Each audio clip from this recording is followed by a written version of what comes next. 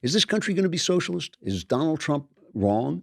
I think Trump is not a guy who's on either side of this. He's not a guy who plays the moral card, and he's not a guy who plays the principle card. He's a guy who plays the reality card. He says, "Look, I made the economy better. You have a job now. Vote for me."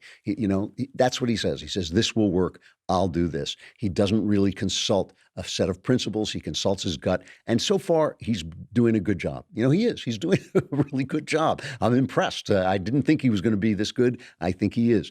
But I do think that there are people, the people who write, the people who think, the people who talk, who have to remind people of what our principles are, who have to remind us of what our values are, that we value freedom, that we don't value we value the freedom of the other guy, the guy we disagree with. We can value the freedom of a gay person and also value the freedom of the cake baker who does not want to attend his wedding and celebrate that wedding for religious reasons. We have to celebrate his freedom, because if we don't celebrate the freedom of the people we disagree with, we're only celebrating power. If we don't celebrate the freedom of the people we disagree with, we're only celebrating power. Because when he's in power, when he's got the gun, when he's got the government, what argument have you got left that's going to keep him from taking your freedom away? These principles defend us all. They defend us left and right. The principles defend us all. And that's what makes them more moral than the moral faux pas of the moment. That is what makes the argument so much deeper than the events of the moment and then the issues of the moment. And that's why we shouldn't let politics make us stupid. Just as a perfect example of the way this morality stuff blows up on people, take a look at what's happening in Hollywood, my hometown. Take a look at this new boycott. This is, what's her name? Alyssa Milano and 49 other celebrities threatening to boycott Georgia.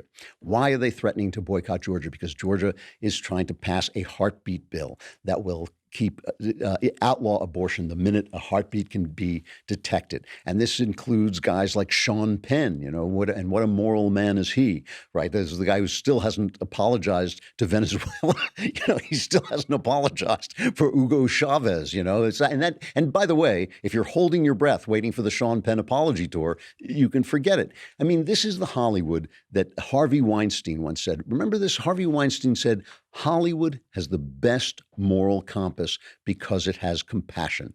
We were the people who did the fundraising telethon for the victims of 9/11. We were there for the victims of Katrina and any world catastrophe." Now think about this. This is Harvey Weinstein talking. He was talking at the time that Roman Polanski, remember old Roman Polanski, had been detained in Switzerland. Why? Because he was a fugitive from justice. Roman Polanski raped a 13-year-old girl. He drugged her, he sodomized her, and then when he knew he was going to have to pay the price for it, he fled the country. So there's no statute of limitations on that. There's no statute of limitations for fugitives, right? Because you never paid the price.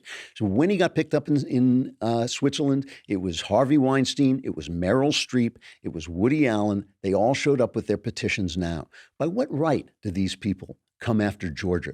By what right do they use the incredible power of the economy to crush these people's right to self-governance? Where is the morality in that? But nobody's even arguing about that principle. We're arguing about abortion, but this isn't about abortion. It's not. I mean, you know how strongly I oppose abortion, but that's not what it's about. It's about the right to Georgia to self-governance. It's about the right to Georgia to self-governance. The only reason Hollywood comes to Georgia to make its movies is because this town is so lefty.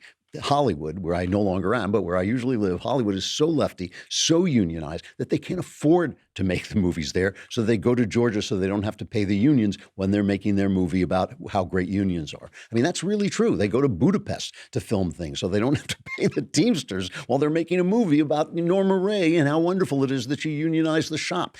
That's the problem with these moral arguments, is the people who are making them are no better than anybody else. It's only the fact that their finger is pointed that distracts you from them and puts the onus on the other guy. If we make the argument for our values, if we make the argument for our principles, if we make the argument that through our principles we will reach a higher stage of progress and morality, I think we can win this fight. But the outcome is by no means certain.